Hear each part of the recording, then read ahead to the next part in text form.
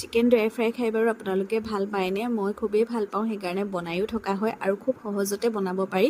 আপোনালোকেও যদি খাই ভাল পায় তেতিয়াহ'লে এইটো ৰেচিপি চোৱাৰ পাছত আপোনালোকে খুব সহজতে ঘৰতে বনাই খাব পাৰিব। তাৰ বাবে বলক ভিডিঅ'টো আৰম্ভ কৰোঁ। এয়া মাংস লৈছোঁ, অকণমান হাৰ্ডি থকা মাংসখিনি মছলা সানি অকণমান এয়া কৰ্ণফ্ল'ৰ দিছোঁ। তাৰপাছত গোটেইখিনি মিক্স কৰিছোঁ আৰু তেলত এতিয়া মই এইখিনি ভাজিম। আৰু তেলত ভজা সময়খিনিত গেছটো একদম ল' ফ্লেমত ৰাখিব লাগিব, তেতিয়াহে মাংসখিনি ভালদৰে সিজিব আৰু ফ্ৰাই হ'ব। আৰু মাংসখিনি ভালদৰে ফ্ৰাই নহ'লে পাছত আৰু ফ্ৰাই কৰা কোনো ধৰণৰ অপশ্যন নাথাকিব। সেইকাৰণে এতিয়া কম জুইত ভালদৰে ইলুটি শিলুটি কৰি মই ভাজি লৈছোঁ আৰু একদম পকৰা নিচিনা হোৱালৈকে মানে ভাজিব লাগিব। সেইকাৰণে আচলতে কৰ্ণফ্ল'ৰটো ব্যৱহাৰ কৰিছোঁ, নহ'লে ক্ৰিস্পি নহ'ব। আৰু মছলা যিখিনি ব্যৱহাৰ কৰোঁ সাধাৰণতে মাংসত সিমানখিনিয়ে ব্যৱহাৰ কৰি পেলাই নিমখ হালধি দি মই মেৰিনেট কৰি থৈছিলোঁ।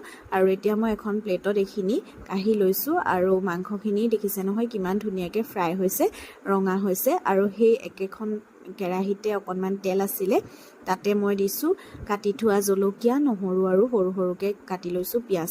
আৰু এইখিনি সৰু সৰুকৈ কটাৰো এটা কাৰণ আছে, এইখিনি সৰু সৰুকৈ কাটিলেহে আচলতে সেই ড্ৰাই ফ্ৰাই টেষ্টটো ওলাব। যদিহে আপোনালোকে ডাঙৰ ডাঙৰকৈ কাটি পেলাই দিয়ে তেতিয়াহ'লে কিন্তু সেইটো টেষ্ট নোলাব। আচলতে পিঁয়াজখিনি ভাজোঁতে সময় ল'ব, সেইকাৰণে সৰুকৈ কাটিব লাগিব ইয়াত।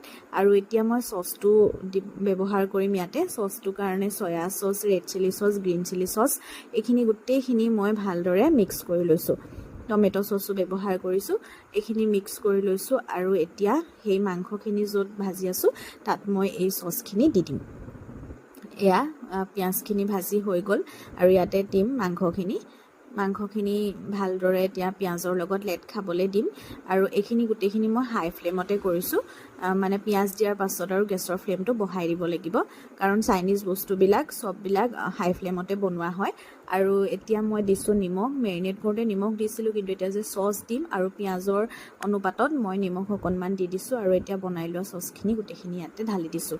আৰু এইখিনি ভালদৰে এতিয়া মিক্স কৰি ল'ম, যাতে গোটেই কেইপিচ মাংসতে ভালদৰে চচখিনি লাগে। আৰু এই চচটোৱেহে সেই টেষ্টটো আনিব, সেইকাৰণে এই চচকেইটা দিব লাগিবই আপোনালোকে।